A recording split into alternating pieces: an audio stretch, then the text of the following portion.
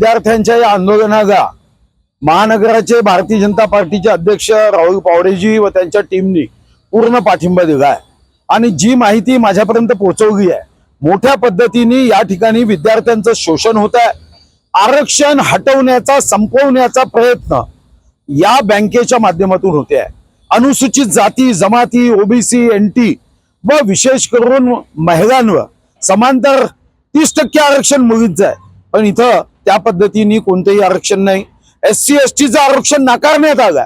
हा या देशामधला हे पहिल्यांदा घडत आहे देशामध्ये आणि जर असं घडलं तर निश्चितपणे ही या देशासाठी चिंतेची बाब आहे।